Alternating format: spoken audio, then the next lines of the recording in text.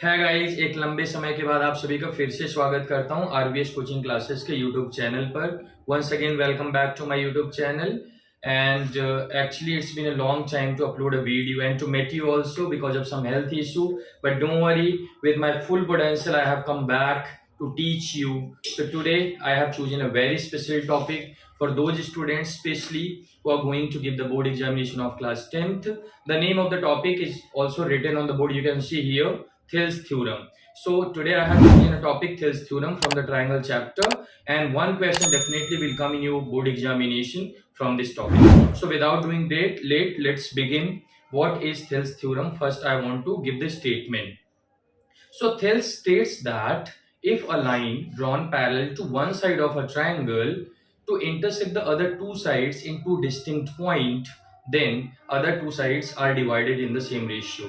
यदि किसी त्रिभुज, किसी ट्रायंगल को लिया जाए और उसके किसी भी एक साइड के पैरेलल को एक लाइन ड्रॉ करी जाए और वो बाकी के दो साइडों को टू डिस्टिंक्ट पॉइंट पे कट करे, तो वो जो दो लाइनें हैं वो सेम रेशियो में डिवाइड होंगी, ऐसा थेल्स बोलते हैं। तो आइए statement, students you can see here the statement of Thales. क्या बोला गया था? If a line is drawn parallel to one side of a triangle to intersect the other two sides in distinct points, then the other two sides are divided in the same ratio. तो ये statement हो गया Thales theorem का। और अब हमको क्या करना है? देखिए, किसी भी थ्योरम को प्रूव करने के लिए हमको चार चीजों की जरूरत होती है। फर्स्ट थिंग हमको लिखना होता है given, and second to prove, and third construction if needed. अगर कंस्ट्रक्शन की जरूरत है थ्योरम में तो कंस्ट्रक्शन लिखते हैं, देन फाइनली प्रूफ लिखना पड़ता है। तो इस स्टेटमेंट को पढ़ के ये तो हमको पता चल गया, if a line is drawn parallel to one side of a triangle, तो यहाँ पे ट्रायंगल की बात करी गई है। तो हमको सबसे पहले ट्रायंगल ड्रॉ कर लेते हैं। तो मैं इस साइड में आ जाता हूं ताकि आपको अच्छे से दिख पाए। अब देखिए, यहाँ पे हम एक ट्रायंगल ड्रॉ कर लेते हैं,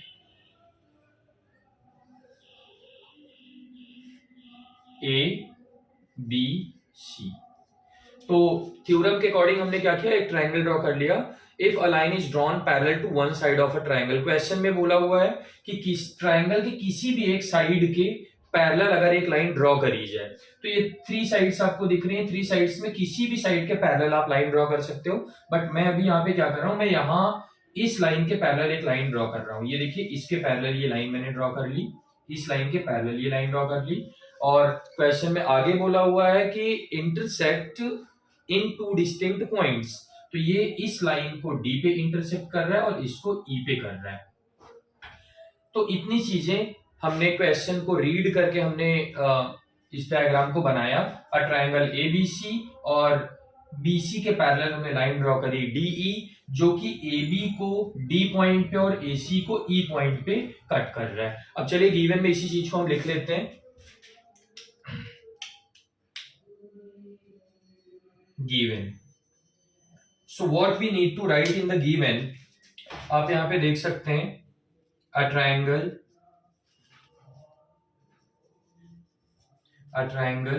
ABC in which DE parallel to BC, DE parallel to BC, and DE intersects AB at D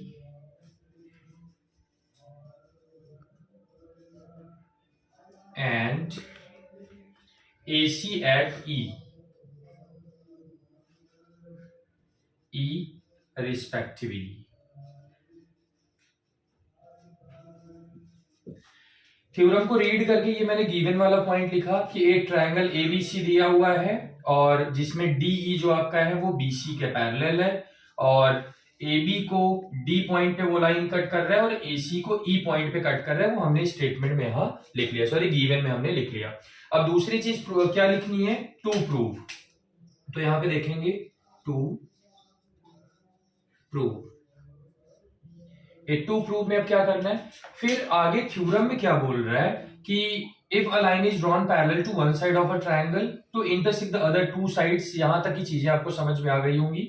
next क्या बोल रहा है, in distinct points then the other two sides are divided in the same ratio. ये जो बाकी के दो sides है ना, ये सेम रेशियो में डिवाइड हो रहे हैं, यानी इसका रेशियो जो होगा इसके और इसके रेशियो के इक्वल होगा।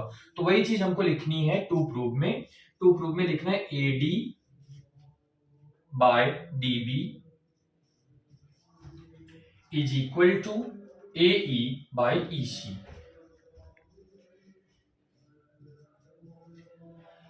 ये हमने टू प्रूफ कर लिया।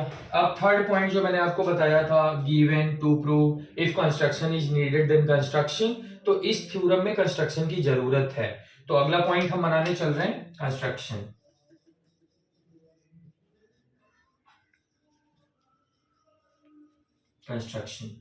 सो नेक्स्ट पॉइंट कंस्ट्रक्शन में एक्चुअली हमको यहाँ पे क्या करना है कि B और E को हम मिला लेते हैं। ये देखिए B और E है, यहां से BE को मिला दिया, DC को मिला दिया, DC।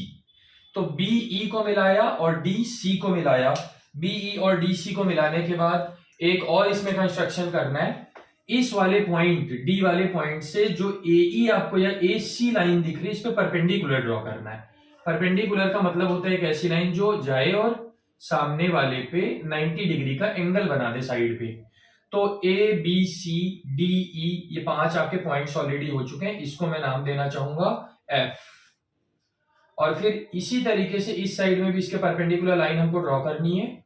ये हमने परपेंडिकुलर लाइन ड्रॉ करी और इसका नाम हमने दे दिया G। यहां भी 90 डिग्री का एंगल बन रहा है। तो जो भी चीजें अभी हमने कंस्ट्रक्शन में करी, अब उसी को कंस्ट्रक्शन में स्टेटमेंट में हम लिखेंगे। हमने क्या किया, join BE and DC, BE and DC, पहला ये किया था हमने। दूसरा क्या किया था, draw DF perpendicular to AC, DF perpendicular to AC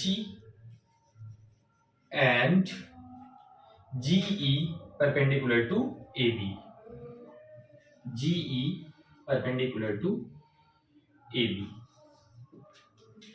ये गिवन टू प्रूव कंस्ट्रक्शन, ये 3 पॉइंट हो गए। अब लास्ट पॉइंट जो हमको मेन करना है वो है आपका प्रूफ। तो चलिए प्रूफ ही स्टार्ट करते हैं।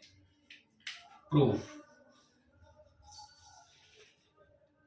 Last very important point, proof.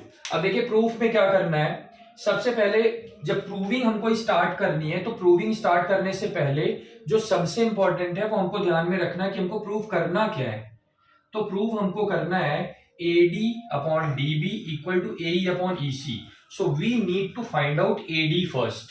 हमको AD चाहिए सबसे पहले, और AD मिलेगा कहां अगर हम ट्रायंगल ADE को, इस ट्रायंगल को पिक करें तो इसमें AD हमको मिल सकता है।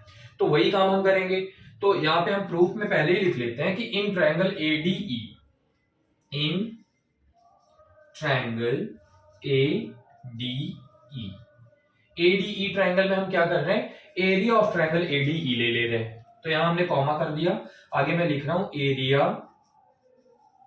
Of triangle ADE is equal to, किसी भी ट्रायंगल के एरिया का फॉर्मूला होता है 1/2 बेस इंटू हाइट। ये फॉर्मूला होता है 1/2 base into corresponding height. If I am taking this is as a base, then इसका करेस्पॉन्डिंग हाइट जो हमने कंस्ट्रक्शन से किया है वो हमको लिखना पड़ेगा। तो इस बिहाफ पे अगर यहाँ पे हम देखें तो हमको मिलेगा 1/2, और बेस हमको क्या लेना है, बेस हमको AD लेना है, जो कि टू प्रूव में हमने लिखा था, हमको वो चाहिए था। हमने यहाँ पे लिखा 1/2 AD बेस इंटू, अब हाइट, इसका करेस्पॉन्डिंग हाइट क्या हो जाएगा, GE। So we need to take as equation number first. इसको हमने इक्वेशन नंबर फर्स्ट बना लिया। फिर अब जगह की यहाँ नीचे कमी है तो मैं इस साइड में लिख रहा हूँ, थोड़ा ध्यान से देखिएगा। अब हमको AD तो मिल गया, बट अपॉन में अब क्या चाहिए, हमको DB चाहिए, और DB मिलेगा कहाँ, DB हमको यहाँ पे मिल रहा है DB। तो DB लेने के लिए हम इस ट्रायंगल का यूज करेंगे। आप ध्यान से देखो, DBE, इसीलिए इस वाले लाइन का कंस्ट्रक्शन करना जरूरी था, DBE। तो मैं यहाँ पे लिख ले रहा हूं, now in triangle DBE, DBE। अब इस ट्रायंगल को हमने लिया तो फिर से वही हम करेंगे, area of triangle DBE is equal to 1/2। Base को कंसिडर कर रहे हैं DB। तो अब हाइट क्या होगी? हाइट के लिए थोड़ा सा एक्सप्लेनेशन बहुत जरूरी है। अगर कोई भी ऑब्ट्यूस एंगल्ड ट्रायंगल है, and what is obtuse angled triangle, क्या होता है ध्यान से देखें कि एक ऐसा ट्रायंगल जिसका one angle at least one angle क्या हो, वो 90 डिग्री से ज्यादा हो। तो यहाँ पे देखेंगे ये एंगल 90 डिग्री से ज्यादा है। वी कैन कंसिडर दैट ये जो आपका है ना, ये बेस आपने अगर इसको कंसिडर करा, मैं पूछ रहा हूँ कि इस ट्रायंगल की हाइट बताओ। तो हाइट क्या होती है? हाइट इसका सबसे टॉप वाला पॉइंट कौन सा है? ये उसका टॉप वाला पॉइंट है। तो टॉप वाले पॉइंट से लैंड पे, अगर मान लीजिए ऐसा कोई शेप मैं लैंड पे रख दूं, जमीन पे रख दूं, तो मैं बोलूं कि टॉप पॉइंट से लैंड तक का जो लेंथ होगा उसी को हाइट बोलेंगे। तो आप देख सकते हैं कि ये आपका हाइट है ये। तो अगर ये इसको मैं जमीन कंसिडर करूं तो हाइट आपको ट्रायंगल के बाहर मिला, ट्रायंगल के अंदर कभी नहीं मिल सकता। तो किसी ऑब्ट्यूस एंगल्ड ट्रायंगल में जो उसका हाइट होगा वो ट्रायंगल के बाहर मिलता है। उसी तरीके से आप अगर यहाँ पे ध्यान से देखें तो ये जिस ट्रायंगल की मैं बात कर रहा हूं, ये ट्रायंगल ग्रीन है, तो इस ट्रायंगल ये ऑब्ट्यूस एंगल ट्रायंगल है, और इसको अगर आपने बेस माना तो बेस को आगे एक्सटेंड करते जाओ तो हाइट आपको GE मिल जाएगी। तो उस बिहाफ पे हम क्या लिखेंगे? यहाँ पे हाइट को लिखेंगे GE। ये आपका हो गया equation number second. This was equation number first and this is equation number second. अब आप देख सकते हो कि आपको टू प्रूफ में AD न्यूमरेटर में चाहिए था, अगर ये देखो AD है, DB डिनोमिनेटर में चाहिए, DB भी आपको मिल सकता है अगर इक्वेशन फर्स्ट में इक्वेशन सेकेंड से डिवाइड कर दे तो आइए यहाँ पे लिख लेते हैं equation first divided equation second. अब इक्वेशन फर्स्ट में इक्वेशन सेकंड से जब हम डिवाइड करते हैं, इक्वेशन फर्स्ट क्या था? Area of triangle. कौन सा ट्रायंगल था भाई? Area of triangle ADE। ADE triangle की बात हो रही थी ऊपर, ADE। और नीचे क्या होगा? Area of triangle DBE। Area of triangle DBE is equal to क्या होगा? न्यूमरेटर में आपको लिखना है 1/2 AD into GE, 1/2 AD into GE, और डेनोमिनेटर में आपको लिखना है, so area of triangle ADE equal to 1/2 AD into GE। यहाँ फर्स्ट वाले इक्वेशन से आप देख सकते हैं, और डेनोमिनेटर में area of triangle DBE equal to 1/2 DB into GE। तो यहाँ पे लिखूंगा DB इंटू GE। अब जो इक्वेशन यहाँ पे बना, इसमें देख सकते हैं 1/2 can be cancelled, GE and GE can be cancelled. तो आपको जो इक्वेशन आपको मिलेगा वो मिलेगा area of triangle ADE and by area of triangle DBE equal to AD by DB। इसको इक्वेशन आप 3 मान लीजिए, और यहां से हमारा काम बनता हुआ दिख रहा है, बिकॉज जो प्रूव करना तो उसका एक साइड तो हमको मिल गया। अब दूसरे साइड पे बात करते हैं तो थोड़ी सी जगह की प्रॉब्लम है, तो इसलिए मैं इरेज करूंगा इस साइड में, उसके बाद ही प्रूव कर सकता हूं। अब आगे देखेंगे, सॉरी टू प्रूव भी मिट गया, मैं एक बार फिर से लिख लेता हूं, AD upon DB is equal to AE upon EC। ये चीज चाहिए थी हमको, ये प्रूव करना था, जिसमें एक साइड की चीजें तो हमको मिल चुकी हैं। अब दूसरी साइड की चीजों को पाने के लिए फिर से काम करना शुरू करना पड़ेगा। तो हमको देखिए अब क्या चाहिए? AE चाहिए, और AE कहां पे मिलेगा? AE यहां आपको दिख रहा होगा। So again we are going to take this triangle, AED बोलो या ADE बोलो, तो यहां फिर से हम वही शुरू करने चल रहे हैं। एरिया ऑफ ट्रायंगल, आप बोल सकते हैं इसको ADE, और area of triangle AED, both are the same, because जितना रीजन वो कवर करेगा, वो चाहे आप ADE बोलो चाहे AED बोलो, बात एक ही होगी। तो अब यहाँ पे क्या होगा? 1/2 बेस इंटू हाइट। अब बेस हमको क्या लेना है? AE को बेस लेना है। क्यों बेस AE को लेना है? बिकॉज जो प्रूव हमको करना है उसमें हमको AE चाहिए। इस वजह से हमने क्या किया, ए ई ले लिया। अगर बेस आप ए ई को ले रहे हो तो उसका करेस्पॉन्डिंग हाइट क्या हो जाएगा, वो डी एफ होगा। तो मैं यहां पे लिख ले रहा हूं A E into F D, A E into F D. This is equation number 4। तो जो राइट हैंड साइड में जो आपको चाहिए था न्यूमरेटर में वो आपको मिल गया यहाँ पे। अब डिनोमिनेटर में ई सी चाहिए, ई सी के लिए हमको ट्रायंगल लेना पड़ेगा E C D. Now in triangle E C D, अब यहां पे देख सकते हैं area of triangle E C D is equal to 1/2। Base हमको क्या लेना है, बेस तो ई सी लेना है, बिकॉज हमको ई सी चाहिए, तो हमने बेस को ले लिया ई सी इंटू, अब हाइट चाहिए, तो हाइट के लिए फिर से वही कॉन्सेप्ट आप देख सकते हैं कि कोई भी ऑब्ट्यूज एंगल ट्रायंगल हो उसका जो हाइट होता है वो ट्रायंगल के बाहर मिलता है। तो अगर बेस आपने ये लिया तो बेस का मतलब land, you can consider base means land, तो लैंड के आगे बढ़ते जाओगे तो जमीन से ही कहीं ना कहीं उसके टॉप वाले पॉइंट की का पोजीशन आपको मिल जाएगा। तो ई सी के आगे अगर ऐसे बढ़ते जाओगे तो आपको हाइट जो मिलेगी वो एफ डी ही होने वाला है। तो यहाँ पे हम लिखेंगे एफ डी और ये आपका हो गया इक्वेशन नंबर 4। फिर से वही करेंगे, ए ई अपॉन ई सी पाना है आपको, ए ई न्यूमरेटर में ई सी डिनोमिनेटर में, इसका मतलब सॉरी इक्वेशन नंबर 5 होगा ये। इक्वेशन नंबर 4 में इक्वेशन नंबर 5 से डिवाइड कर दें। So here you can write equation number 4 divided equation number 5। तो 4 में 5 से डिवाइड करना है, तो यहां पे हम लिख लेते हैं area of triangle AED by area of triangle ECD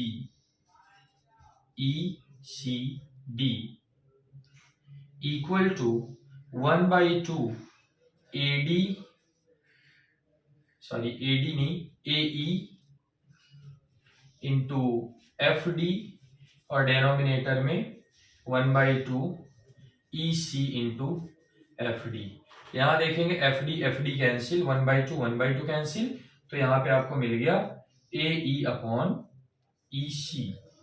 तो एक बार फिर से इसको लिख लेते हैं, area of triangle AED by area of triangle ECD is equal to AE upon EC। तो अब इसको इक्वेशन नंबर हम ले लेते हैं 6। अब यहां ध्यान से देखना है कि जो 6 नंबर रिलेशन में और 3rd नंबर रिलेशन में जो चीजें आपको दिख रही हैं उनसे टू प्रूव वाली चीजें तो दिख रही हैं कि हाँ बराबर हो सकती हैं, लेकिन अभी थोड़ी सी मुश्किल है। मुश्किल यह है कि अगर एक लेफ्ट हैंड साइड इक्वल होता तो राइट हैंड साइड को राइट हैंड साइड के इक्वल करा जा सकता था, बट लेफ्ट हैंड साइड में नहीं, सॉरी AED न्यूमरेटर दोनों का सेम है, बट डेनोमिनेटर क्या है, डिफरेंट है। तो उसके लिए एक कॉन्सेप्ट को लेकर आते हैं। कॉन्सेप्ट क्या होता है कि कभी किसी दो पैरेलल लाइन के बीच में दो या दो से, अगर एक बेस आप ले लो, कोई भी एक फिक्स बेस ले लीजिए, जैसे इसको हमने बेस ले लिया, तो यहां से ये हमने ट्रायंगल बनाया, 1 ट्रायंगल हो गया। इसी बेस को हम लेके हमने एक दूसरा ट्रायंगल ये बना दिया, इसी बेस को लेके हमने एक और अलग से यहाँ ट्रायंगल ये बना दिया। तो देखिए जितने भी ट्रायंगल बनेगा ना सबका एरिया सेम होता है, ये भी एक थ्योरम है। तो उसको पहले स्टेटमेंट उसका बताता हूं कि 2 or more triangles are having the same area if they are lie between the same parallel line and on the same base। तो यहां भी देखते हैं कि जो ट्रायंगल आपको DBE और DEC दिख रहा है, दोनों का बेस DE ही है। देखिए ग्रीन वाले पोर्शन को देखिए, मैं ग्रीन से कवर कर दे रहा हूं, एक बार आपको क्लियर हो जाएगा। आप यहाँ पे देखिए ये ट्रायंगल जिसकी मैं बात अभी कर रहा हूँ, ये वाला ट्रायंगल, ये लाइन जो आ रही है, और इस लाइन की बात करूं तो ये ट्रायंगल इसका भी बेस यही है, और इसी बेस को लेके इस ट्रायंगल को भी हमने फॉर्म कर दिया। तो दोनों ट्रायंगल का बेस क्या है, सेम है, तो दोनों ट्रायंगल का एरिया भी क्या होगा, सेम होगा। दोनों सेम पैरेलल लाइन के बीच में है, DE जो है वो BC के पैरेलल है, this is given in the question, और ये पैरेलल लाइन हो गई और ये बेस हो गया। तो सेम पैरेलल लाइन और सेम बेस पे दो या दो से ज्यादा कोई भी ट्रायंगल हो, सबका एरिया सेम होता है। तो इस स्टेटमेंट को हम यहाँ पे लिख लेते हैं, यहां से हेंस ट्रायंगल DEB, और you can write here ECD ECD and triangle ECD and DBE triangle DBE are on the same base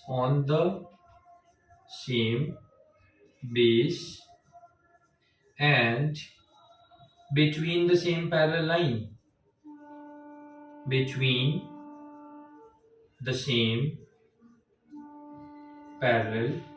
line, So area of triangle ECD is equal to area of triangle DBE.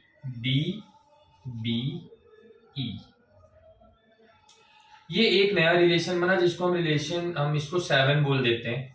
तो 7 relation को pick करो, या तो 6 में या तो 3rd में, denominator में एक को हम चेंज कर लेते हैं। मान लीजिए हम बोल रहे हैं कि इक्वेशन नंबर 6 और इक्वेशन नंबर 7 से, तो हम यहां पे लिखेंगे फ्रॉम